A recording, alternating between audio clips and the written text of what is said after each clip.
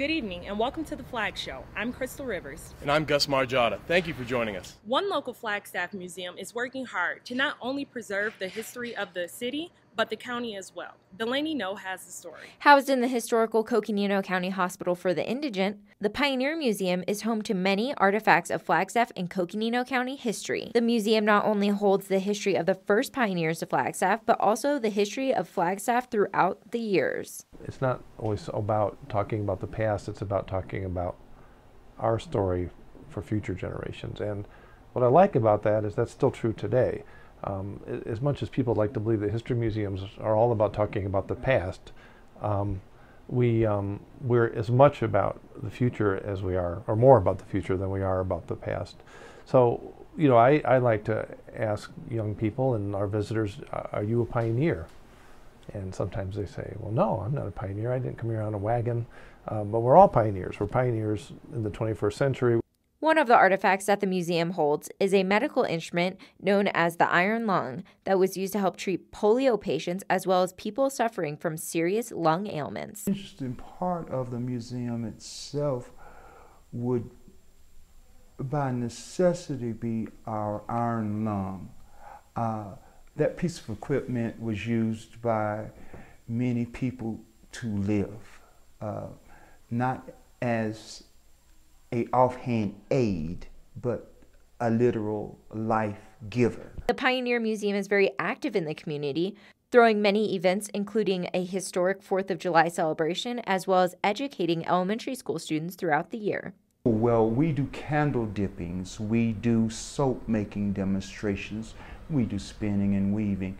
So we have a constant stream of elementary school students coming through, taking advantage of our living history aspect. The community does not have a museum like ours.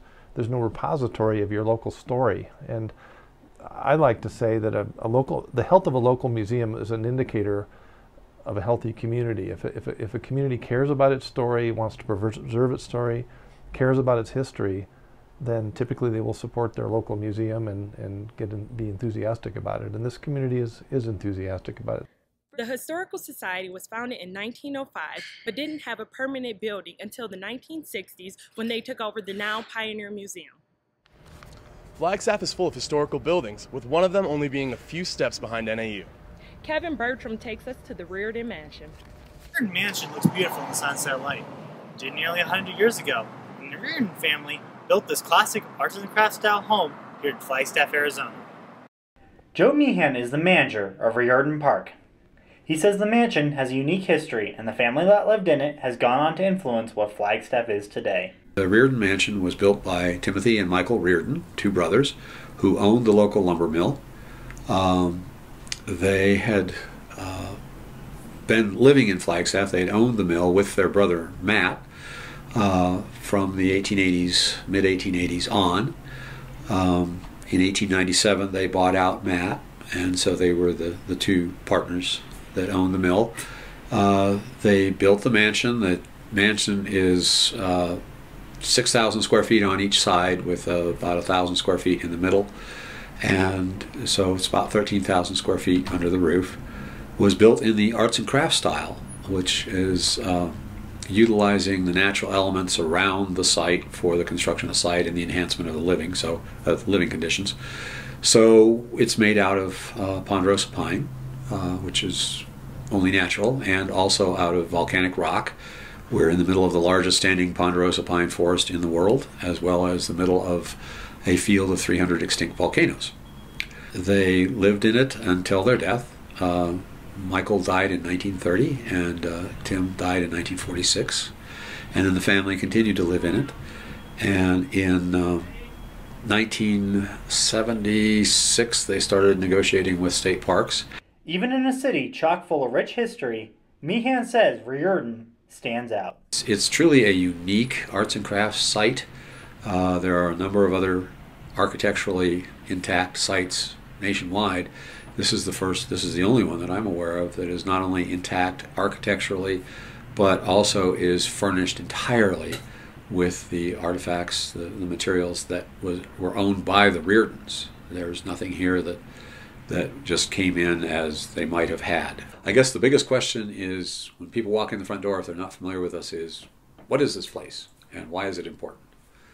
And then we have the fun of introducing them to the Reardons and all that they contributed to the community and all that they did. When going out with friends, we think of loud cheers and streets filled with people. But here in Flagstaff, one local has found a new way for people to pub crawl. Caleb Renfro has the story. Located at Mother Road Brewing Company, the Peddler has quickly become an adult playground. We've been in business now for about a year and a half in Flagstaff.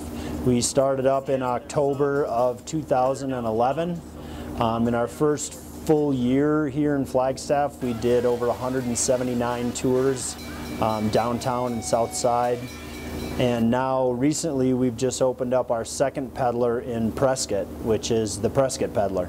Never hearing of something like this, people are always wondering where the idea came from. We saw one in Milwaukee, Wisconsin about 2 years ago, and immediately just thought it was a great idea for Flagstaff, that it would work perfectly here. We've got an active cyclist community. Our downtown scene is great here, and we like to ride our bikes downtown. So we thought it would be perfect to share with other people. At the end of the day, it's all about having a shared experience for Brett and the community. We've been in pretty much every parade downtown. The Bike to Work Week parade, 4th of July parade, the Christmas parade. A couple years ago we actually had Santa Claus on the Peddler. But it's so neat to see kids and people of all ages that see the Peddler come by, and just the look of amazement on their eyes, like, what is that contraption? And all the pictures and videos that are being taken. It's neat to see and to share this with all those people at the parades. Another popular spot located in downtown Flagstaff is Heritage Square, which hosts performers and musicians all year round. Chelsea Zimmerman has the story. Heritage Square is a fairly new landmark to Flagstaff.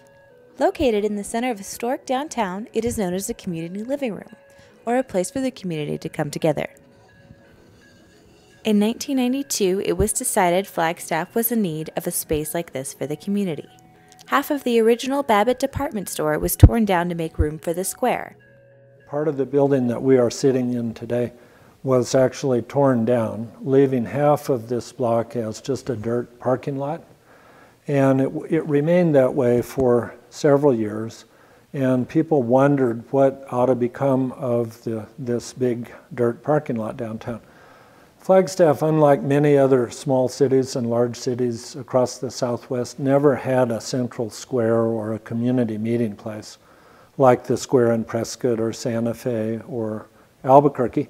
So we decided that we would try to develop this big vacant parcel of property into a square that would host public events and educational events. I think the community reaction has been overwhelmingly good.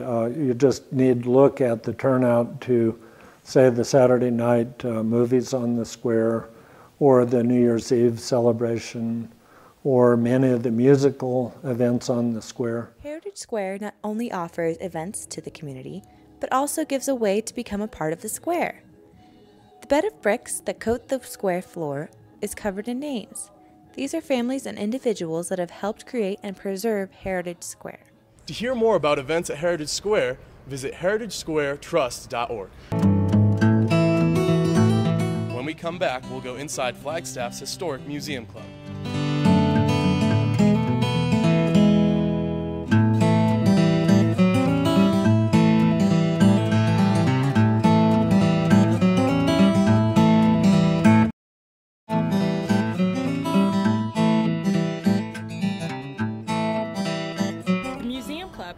From a taxidermy exhibit to a museum and now a nightclub. Aggie Kufrin stopped by to check out the spot. Originally a taxidermy and museum in 1931, owner and operator Brandon Tullis explains that the museum club, located off Route 66 in Flagstaff, wasn't always the nightclub and country western attraction many know it as today. Days of Route 66, people would come in here, pay admission, and they'd look at things that were here in the club that were local items, and then hunters would come in here for taxidermy purposes. And in 1939, it actually became a nightclub and a bar, and it's been that way ever since. Tullis says that there's another piece of history people tend to be curious about. It was Don and Thorna Scott. Thorna Scott had actually fell down the stairs and actually broke her neck. She died.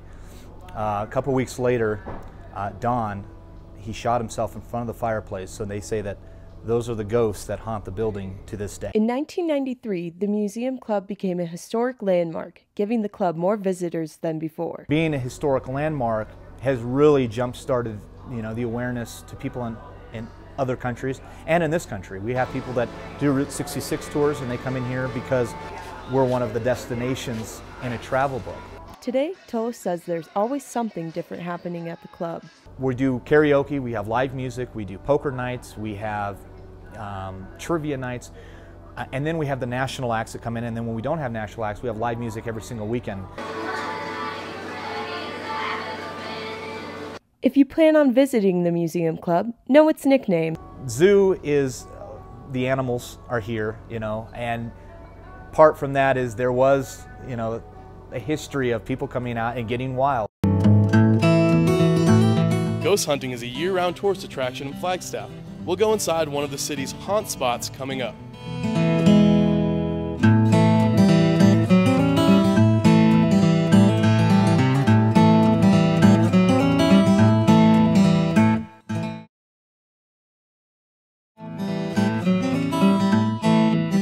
The Weatherford Hotel has been hosting Flagstaff tourists for more than 100 years. The hotel was established in the 1890s and has been a popular Route 66 destination. It was originally built in 1897, it's actually 115 years old right now. We house a wonderful restaurant. We have 3 bars in the facility and 11 hotel rooms. Being a historic hotel, once again, has its challenges, but in an all-encompassing place like this, yeah, it's quite a fun challenge to take on. The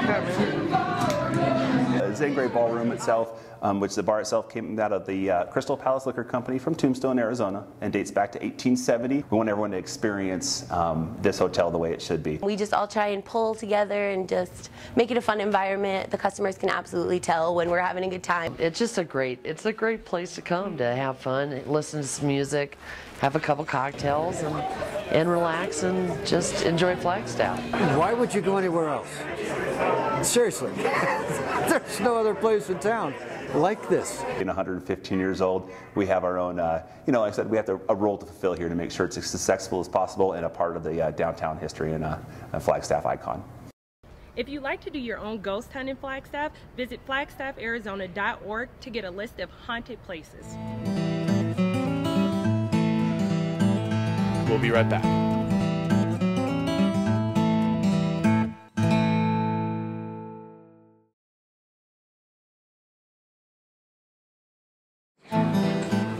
Thanks for joining us, and we hope you enjoyed the show. And be sure to go out and enjoy all that Flagstaff has to offer.